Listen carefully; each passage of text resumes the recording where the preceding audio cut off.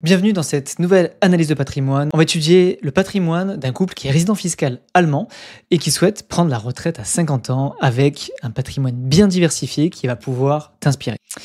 Donc, notre ami qui réside en Allemagne a 34 ans et CFO, il est marié avec 2 enfants et il a un horizon sur 20 ans. Donc voilà, il a dit qu'il souhaitait prendre la retraite à 50 ans, donc je dirais plutôt une quinzaine d'années.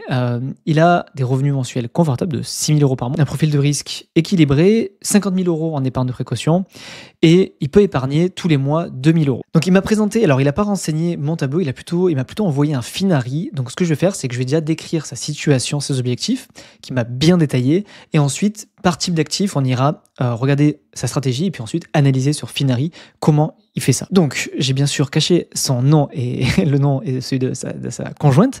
Il a 2 enfants de 1 et 3 ans. Bravo, bon courage à toi. Expatrié en Allemagne depuis 3 ans avec des expériences en Australie, Royaume-Uni et Singapour. Donc, il me parle de ses expériences à l'étranger. Il ne projette pas d'acquérir de résidence principale dans les 15 prochaines années. Donc, il me précise qu'ils ont posé les bases pour les 20 prochaines années, qu'ils investissent depuis 3 ans et qu'ils souhaitent arrêter de travailler vers 50 ans. Mais qu'ils ont des salaires très élevés. Ils ont environ 120 000 € chacun, ce qui leur fait, ce qui m'a précisé ensuite par mail, que ça leur fait par le brut chacun, et ce qui leur fait grosso modo 160 000 € net, donc un peu plus de 10 000 € par mois net. Donc là, je pense que du coup, il parlait que pour lui, pour les 6 000 € par mois. Donc, on va commencer par étudier sa stratégie immobilière, parce qu'il me dit qu'il a commencé par là avec donc, un appartement neuf en 2023 au Havre, avec 620 € de prêt, 520 € de loyer, une résidence étudiante neuve, donc livraison prévue en 2025 à Orléans, avec 530 € de prêt, 280 € de loyer garanti, un appart neuf à Orly, 1 600 € de prêt, 1 400 € de loyer estimé, et un autre appartement neuf en 2026 au Blanc-Ménil, 1 200 € de prêt, 950 € de loyer estimé. Alors avant tout, donc il me dit que les taux sont élevés, qu'il va les renégocier. Il est environ à 4% de taux d'emprunt, j'imagine. Ils ne voulaient pas manquer l'opportunité du Grand Paris et de la ligne 14. Ils ne veulent pas de rentabilité à tout prix, mais plutôt une gestion passive. Et raison pour laquelle ils ont confié cette gestion à des agences et un comptable. Et en 2026, ils doivent probablement passer à un autre statut fiscal qui est LMNP, car seul un appartement génère des revenus. Il demande si j'ai des suggestions. Il me dit aussi qu'il investit 35 000 € en SCPI. Alors, pour le coup, vu qu'il m'a demandé de ne pas divulguer les adresses de ses biens, on va rester ici, on ne va pas aller sur le Finari pour l'immobilier. Plusieurs choses à dire dans tout ça, dans sa stratégie d'investissement immobilier. Il a donc finalement investi dans 4 appartements uniquement dans le neuf, et clairement, moi je pense que c'est pas une bonne chose. Enfin, c'est pas quelque chose que j'aurais fait, c'est pas quelque chose que je recommande. Je comprends tout à fait son côté souhait d'investir dans l'immobilier de manière passive, et je comprends aussi le fait qu'il soit loin. Donc forcément, ça rassure quand c'est neuf ou quand on délègue tout. Mais je pense que investir dans le neuf, c'est pas une bonne idée. Pour plein de raisons, j'en ai déjà parlé, mais de base, en fait, quand on achète dans le neuf, on achète généralement 30% au-dessus du prix du marché. Et clairement, pour investir de manière rentable en immobilier, la clé c'est de bien acheter, c'est-à-dire connaître son secteur et acheter en dessous du prix du marché. Et concrètement, dans le neuf, on ne peut pas acheter en dessous du prix du marché parce que de base, on achète plus haut. Donc pour le coup, voilà, c'est fait, je ne vais pas lui dire qui vend tout, mais je dis ça pour ceux qui hésitent à investir dans le neuf. Alors, c'est pas forcément une mauvaise chose, ça restera un investissement que vous allez rembourser votre emprunt, vous allez toujours constituer du patrimoine, mais c'est pas la meilleure solution si tu veux aller vite, si tu veux être rentable. Si tu veux vraiment rester passif dans l'immobilier physique, pour moi, il y a d'autres solutions. Par exemple, l'immobilier clé en main. L'immobilier clé en main, c'est justement, ça allie, on va dire, les deux composantes que j'ai dit, à savoir, rester passif, c'est-à-dire on n'a rien à faire parce qu'on délègue tout. On délègue la gestion des travaux, la recherche du bien, on recherche tous les trucs qu'on n'a pas envie de gérer. Mais par contre, on suit, on va dire, la stratégie d'un investisseur immobilier rentable qui est d'acheter du coup à un bon prix dans l'ancien, avec travaux pour générer de la valeur, créer de la valeur, donc générer une plus-value latente, et du coup une vraie plus-value si on revend, et aussi améliorer un bien, donc louer plus cher, et donc augmenter la rentabilité. Donc normalement, avec l'immobilier locatif clé en main, on peut normalement atteindre l'autofinancement et voir des fois même du cash flow. Donc je trouve ça un petit peu dommage du coup qu'il ait fait du coup uniquement du neuf. Alors qu'il ait fait une fois ou deux, pourquoi pas, mais d'avoir les 4 appartements dans le neuf, du coup, la problématique qu'il va avoir, c'est qu'il va avoir uniquement du cash flow négatif. Donc, ça veut dire que la grande majorité de sa capacité d'épargne va servir à rembourser le delta entre les loyers et le prêt. Et l'avantage de l'immobilier, alors il fait quand même du levier, c'est très bien, mais C'est dommage parce qu'il aurait pu finalement être autofinancé s'il avait fait de l'immobilier passif, voire même finalement de la SCPI. La SCPI à crédit, s'il aurait visé les 5, 6, 7%, ben, il aurait eu du cash flow négatif aussi, mais finalement, il n'aurait rien eu à gérer. Parce que là, ça a beau être du neuf, il aura forcément des choses à gérer. Il y aura forcément le syndic, il y aura forcément la banque, il y aura forcément les notaires, enfin bref, il y a toutes les phases de l'immobilier qu'il faudra gérer. Donc voilà, c'est pas quelque chose que j'aurais recommandé si la stratégie était vraiment d'accumuler des biens en restant passif. Moi, j'aurais plutôt choisi soit une stratégie SCPI à crédit, soit plutôt l'immobilier locatif clé en main, ou pourquoi pas un mix des deux stratégies. Et ensuite, concernant son autre question qui était ici concernant la partie fiscalité, il dit qu'il va devoir probablement passer à un autre statut fiscal parce qu'il est actuellement en LMNP parce qu'il n'y a qu'un seul bien qui génère des revenus. Et effectivement, vu qu'il a 4 appartes, alors j'ai pas fait le calcul, mais voilà, à 500 € de loyer par appart et même certains à 1400 €. Alors pour le coup, forcément, vu qu'il a 4 appartements et avec les loyers qu'il annonce, il va forcément dépasser les 23 000 € de revenus locatifs qui lui permettent de rester en LMNP. Et vu qu'il est résident fiscal allemand, en plus, il peut pas jouer sur l'autre condition qui est que ses revenus globaux en fait de salariés ils ne sont pas supérieurs à ses revenus locatifs, donc forcément il va perdre son statut LMNP quand il dépassera les 23 000 € de revenus locatifs annuels. Donc là, pour le coup, s'il est résident fiscal allemand, il va devoir, je pense, du coup payer des impôts quand même en France, à voir comment ça se passe, pour éviter d'avoir un paiement double des impôts, à voir s'il va devoir payer aussi des impôts en Allemagne sur ses revenus étrangers, donc français. Donc ça, pour le coup, je ne suis pas un expert de la fiscalité allemande, donc il faudra qu'il se rapproche de son fiscaliste allemand pour voir qu'il n'y ait pas de double imposition. Mais s'il paye ses impôts en France avec la TMI classique, il ne devrait pas payer non plus beaucoup d'impôts parce que il va rester sur la tranche, je pense, inférieure à 30% sur ses revenus locatifs. Parce qu'en plus, du coup, j'imagine il aura des charges et donc son bénéfice restera assez faible. Donc ça ne devrait pas avoir un impact énorme en France. À vérifier quand même qu'il n'ait pas un double impôt en Allemagne en fonction de comment sont perçus les revenus locatifs français en Allemagne. Et du coup, concernant le statut fiscal, s'il reste loueur meublé, il va passer en LMP. Et alors, c'est pas forcément que des mauvaises choses, de passer LMP. Il y a juste un petit peu plus de contraintes. Et puis à la revente, ce sera un peu moins intéressant. Mais il y a quand même des abattements qui sont faits aussi à la revente. Donc, c'est pas forcément inintéressant le LMP, il faut juste connaître un peu les règles. Je t'invite d'ailleurs à écouter l'épisode que j'ai fait il y a à peu près 1 an avec Dorine des Investisseurs Sereins qui eux sont rentiers avec l'immobilier grâce au statut LMP et on explique en long, large travers tout le statut LMP et les caractéristiques qui sont un petit peu techniques. Donc je vais pas rentrer dans le détail là, je te renvoie à l'épisode que j'ai fait l'année dernière avec Dorine. Ensuite, il me dit qu'il investit 35 000 € en SCPI qui génère un petit peu de cash pour compenser la différence entre les échéances et les revenus. On va regarder un petit peu ce qu'il a en SCPI. On voit qu'il a donc 3 SCPI en pleine propriété, donc Quorum Origine, Hirokozen et Pierreval Santé. Alors, à savoir que, du coup, vu qu'il est résident fiscal allemand, s'il a des SCPI qui ont des revenus en France, il va forcément devoir faire une déclaration en France. Bon, pour lui, c'est pas un gros souci parce qu'il a déjà de l'immobilier physique en France, donc il sera obligé d'en faire une. Mais je regarde, donc ces 3 SCPI sont plutôt des bonnes SCPI. Enfin, moi, c'est des SCPI que j'aime bien. Quorum Origine, c'est une SCPI, moi, souvent, je la considère comme un peu une SCPI de fonds de portefeuille, une SCPI qui, depuis quasiment 15 ans, enfin 10-15 ans, fait du 6% par an, augmente régulièrement son prix de part, qui est très diversifié et qui a une majorité des revenus à l'étranger. Donc, pour le coup, lui, vu qu'il n'est pas imposé en France, c'est pas forcément un gros sujet. On a Hirokozen aussi, qui est une des CPI qui a le plus de collecte, que j'ai analysé il n'y a pas longtemps d'ailleurs sur la chaîne, et qui génère plus de 7% là, depuis 3 ans et sans frais d'entrée, donc qui est une super SCPI. Et je vois qu'il a complété avec une SCPI plutôt spécialisée, donc de santé, et il a fait à peu près un tiers.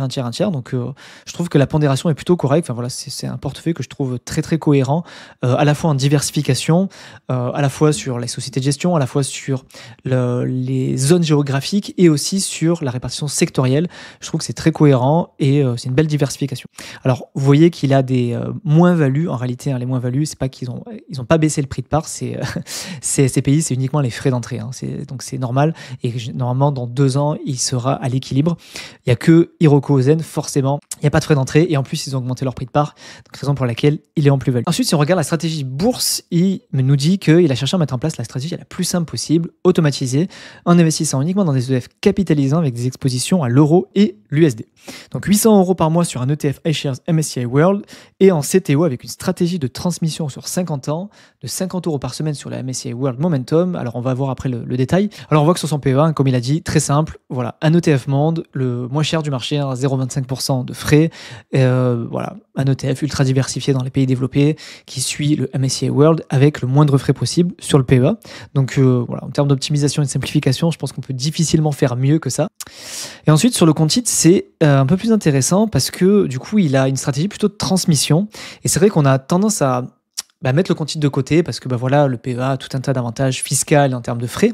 Mais le compte titre, même s'il est moins avantageux fiscalement lors voilà, de la phase de capitalisation, si on a des dividendes, ou même en phase de rente, si on a des dividendes, mais on a un côté beaucoup plus avantageux pour la transmission. Parce que, je le rappelle pour ceux qui ne le savent pas, ou ceux qui n'ont pas suivi ma super formation InvestiKids pour investir pour ses enfants, on a un avantage énorme à la transmission qui est qu'on peut donner des titres de son compte titre à son enfant et on a une purge complète de la plus-value. C'est-à-dire ni impôt ni CSG. Donc si aujourd'hui, si par exemple vous avez investi 50 000 euros de votre poche et que vous avez fait x2, donc vous avez 100 000 euros, si vous donnez le titre de 100 000 euros à votre enfant, lui il repart avec un prix d'achat de 100 000, avec 0 impôt. Et si bien sûr vous rentrez un peu dans les abattements de donation, voilà, il n'y aura vraiment aucun impôt, même pas d'impôt de succession. Donc, c'est vraiment un outil très très efficace, le compte titre, là-dessus. Et c'est la raison pour laquelle il l'a choisi, et je le comprends. Donc du coup, il a fait une stratégie avec un ETF un peu plus technique, on va dire, avec un Smart Beta. Donc il a pris un MSCI World Momentum, donc c'est un ETF qui va suivre l'ETF Monde, mais avec un filtre, il va garder que les boîtes qui ont un bon momentum. Et dans les 6 ou 7 facteurs Smart Beta qui existent, les facteurs Smart Beta qui ont le plus performé sont été le momentum et le facteur qualité. Donc je pense que c'est la raison pour laquelle il a choisi cet ETF-là. Et ensuite, il a choisi des ETF un petit peu plus techniques et exotiques. Un ETF Small Cap Value Europe, un ETF Small Cap Value USA, un ETF Nasdaq 100, un ETF Emerging Market Small Cap, un ETF Or et un ETF sur les obligations. Alors, c'est assez marrant parce que du coup, c'est des ETF qu'on n'a pas trop l'habitude de voir. Et déjà, je trouve que dans sa réflexion, c'est intéressant parce qu'il a utilisé le PEA sur la stratégie cœur de portefeuille principale avec un ETF éligible au PEA. Il a utilisé le compte titre finalement sur des ETF qui ne sont pas éligibles au PEA et sur lesquels finalement il a d'autres stratégies. Alors, en plus du fait qu'il a un autre objectif qui est la transmission. Donc, sur l'ETF Smart Beta, je partage complètement. L'ETF Smart Beta, du coup, voilà, il va essayer de surperformer l'ETF Monde, ce qui est très pertinent. Et là, ce que je trouve intéressant, c'est qu'il a mis des ETF Small Cap Value sur les deux zones géographiques principales que sont les US et l'Europe. Je l'avais dit dans une autre analyse de patrimoine que je n'étais pas du tout fan de l'ETF Russell 2000, qui est un ETF qui va suivre les boîtes américaines de la 1000e à la 2000e capitalisation. Et j'aimais pas du tout cet ETF parce que les ETF qui font de bonnes perfs et qui sortent finalement qui vont dans le top 1000, en fait, elles sortent dans les 10. Donc les bons élèves ont les pairs et on vient de récupérer un peu le fond du panier. Donc j'étais pas du tout fan de cet ETF-là, mais par contre, un ETF Small Cap Value, je trouve que c'est différent parce que on a un facteur qui est appliqué au Small Cap. On n'a pas ce côté classement dans les capitalisations et que dès qu'il y en a une qui monte, on la perd. Là, on est vraiment classé par facteur. Donc, on peut vraiment capter tout le potentiel des valeurs qu'il y a dans l'ETF. Donc, c'est un ETF que je trouve déjà plus pertinent que le Russell 2000 si vous voulez vous exposer bien sûr aux petites capitalisations.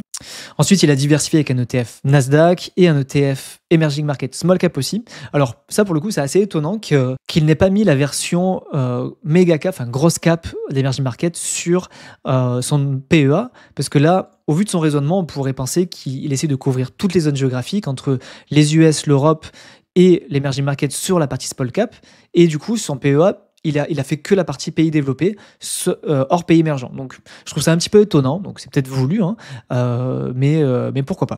Et ensuite, il a pris d'autres ETF sur d'autres classes d'actifs, ce qui est aussi très pertinent pour diversifier par classe d'actifs, avec un ETF qui va suivre l'or, même si, vous devez le savoir, je le dis souvent, je ne suis pas très très fan de l'or papier, je suis plus pro or physique, même si je comprends tout à fait les avantages d'avoir de l'or papier, notamment la liquidité, le fait de ne pas avoir à le stocker, tout ça. Mais voilà, pour moi, c'est pas de l'or pur, quoi. C'est toujours lié au système financier et à l'émetteur, alors que quand on a de l'or physique, c'est tangible et voilà, on ne dépend pas du système financier. Et je trouve que l'intérêt d'être exposé à l'or, c'est d'être un peu décorrélé des marchés financiers, raison pour laquelle je préfère l'or physique, mais je comprends tout à fait que des gens souhaitent se faciliter la vie et prennent des ETF sur l'or. Et donc du coup, un ETF sur les obligations européennes de 3 à 5 ans. Alors ça, pareil, je suis pas ultra fan des obligations, je suis pas ultra fan des ETF obligataires de ce type. Il y a certains ETF obligataires qui peuvent être intéressants, mais les ETF, on va dire standards, comme celui-là, je suis pas ultra fan et je vais te dire pourquoi. Parce que, en fait, donc tu dois le savoir, hein, les obligations dépendent des taux d'intérêt et quand les taux baissent, le prix de l'obligation monte, et quand les taux montent, le prix de l'obligation baisse. Et le rendement de l'obligation dépend du taux d'intérêt. Et ce qui m'embête un petit peu avec les ETF, c'est que, avec les ETF obligataires, hein, parce que les ETF actions, tu dois le savoir, j'aime beaucoup ça, mais les ETF obligataires, je suis un peu moins fan, parce que, en fait, on est trop dépendant de l'évolution des taux et des décisions de la BCE. C'est-à-dire que pendant 3 à 5 ans, comme en ce moment, les taux étaient hauts, donc très bien, en ce moment, c'est super. Par contre, si les taux baissent, dans 3 à 5 ans, les obligations qui ont été à 4-5%, elles vont être remboursées. Ils vont racheter des obligations à 1 ou 2%, dans le cas où, bien sûr, les taux sont à 1 ou 2% dans 4-5 ans. Ce qui fait que ton ETF, il va être intéressant pendant les 3, 4, 5 prochaines années, pendant le temps où on a des obligations avec des taux intéressants, et quand ils vont racheter des obligations à des taux plus faibles, on va se retrouver avec des rendements pas terribles.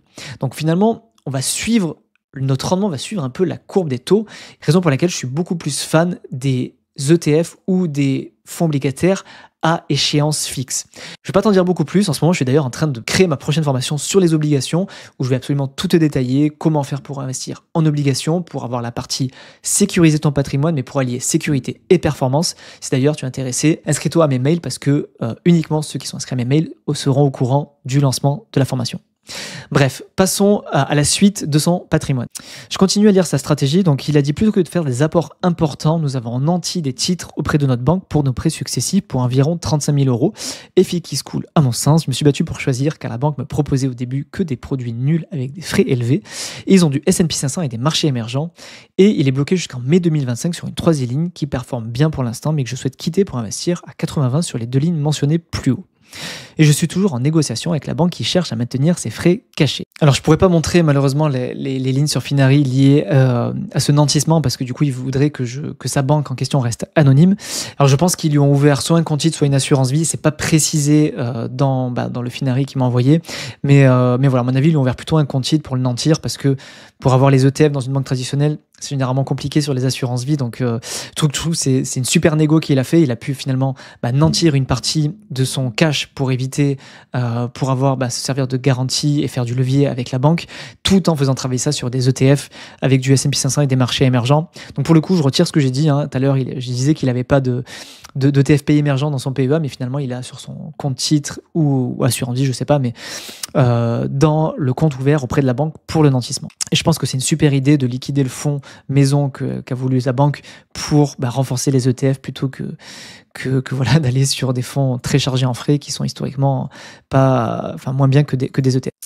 Ensuite, il dit, nous possédons également des parts dans ma société. Nous pourrons sortir 50% de mes parts en 2025, l'autre moitié en 2026. Pour l'instant, seules les parts 2025 sont visibles dans Finari. Ça paraît par souci de confidentialité. Je ne vais pas montrer le nom de la boîte. Pour la crypto, il a réalisé une plus-value de plus 30% ces dernières semaines, comme beaucoup d'autres. Il a donc pris sa plus-value et attend que le marché se calme un peu avant de redéployer ses 5 000 euros en DCA. Alors, je trouve que ce que tu fais, c'est assez risqué et assez ambitieux parce que tu dois le savoir, la crypto, c'est ultra volatile. Et récupérer une plus-value de 30% et attendre que ça se calme pour redéployer, on va dire que c'est un petit peu, essayer de timer le marché, clairement. Je pense que c'est certainement le premier cycle que tu fais parce que j'ai essayé de faire ça moi aussi sur les 2 premiers cycles et je me suis brûlé les ailes. Si vraiment tu veux jouer les cycles et si tu veux jouer on va dire le timing de marché, il faut peut-être étudier le fait de le faire quand il y a des vraies baisses et des vrais bear markets. Parce que là, avec une plus-value de plus 30%, on sait pas du tout un temps, on est encore très très loin du top et en fait tu vas racheter quand c'est en pleine montée et tu auras vendu beaucoup trop cher. C'est très compliqué dans la crypto de d'encaisser des plus-values sur le court terme en fait, à part si tu fais du trading bien sûr. Mais voilà, ça me paraît, on va dire, assez ambitieux de timer le marché sur cet horizon de temps. Mais pourquoi pas, peut-être que tu vas réussir et faire de super plus-values. Moi, en tout cas, pour l'instant, je suis assis sur mes mains et j'attends. J'ai une belle plus-value, mais je compte pas sortir pour le moment parce que voilà, je considère qu'il y a encore un petit peu de gains à faire, même si bien sûr, je n'ai aucune boule de cristal et je peux me tromper. Ensuite, il me dit, qu'est-ce qu'il y a des trous dans la raquette? L'objectif étant d'être le plus passif et efficace possible. Et je prévois également de démarrer ma formation de CIF indépendant dans les prochains mois, essayer de réaliser quelques missions d'ici la fin de l'année pour le plaisir. Alors, je suis désolé, mais je risque de te calmer un petit peu sur le CIF indépendant. Alors, fais attention déjà, tu dois le savoir, j'aime beaucoup la notion d'indépendance, mais on a tendance à dire à tort être CIF indépendant. Il faut bien dire au conseiller indépendant, parce que si tu es CIF indépendant, ça veut dire que tu ne dépends d'aucune grosse entité, d'aucune franchise, mais que tu peux être rémunéré en rétrocommission. Et la majeure partie des CIF CGP sont indépendants, mais ils sont rémunérés en rétrocommission, et tu en as beaucoup, alors tu en as qui font très bien leur travail et qui mixent avec de l'honoraire, mais tu as la grande majorité des CIF indépendants qui prennent des frais sur versement, qui envoient que sur des assurances vie, enfin bref, qui est un peu ce que je combats tous les jours. Donc, je pense que tu voulais dire CIF au conseiller indépendant, parce que tu m'as mis un petit smiley juste à côté. Et voilà, je suis désolé, je vais un peu calmer tes ardeurs, mais l'AMF interdit d'exercer le métier de CIF à l'étranger. Je viens à peine de l'apprendre pour être franc avec toi, parce que j'ai changé en fait d'association AMF, et en lisant mes statuts, elle m'a dit que ce serait bien de changer mes statuts, parce que dans mes statuts, c'était écrit « J'exerce le métier de conseiller financier en France et à l'étranger », et a priori, l'AMF ne veut pas, voilà. Ne veut pas que ce soit écrit dans les statuts à l'étranger. Donc, ça peut être un point bloquant pour toi. Je t'invite quand même à te renseigner et sécuriser ça. Mais en tout cas, moi, c'est ce que mon association, enfin les juristes de mon association AMF m'ont dit. Et j'ai dû modifier mes statuts pour enlever la mention étranger. Parce qu'a priori, on n'a pas le droit d'être CIF depuis l'étranger. Donc malheureusement, j'ai peur de te faire un peu de faux espoirs. J'espère que je t'ai pas brisé tes espoirs de devenir CIF. Après, encore une fois, je t'invite à consulter un juriste quand même spécialisé pour confirmer ce que je te dis, mais en tout cas, c'est ce qu'on m'a dit à moi.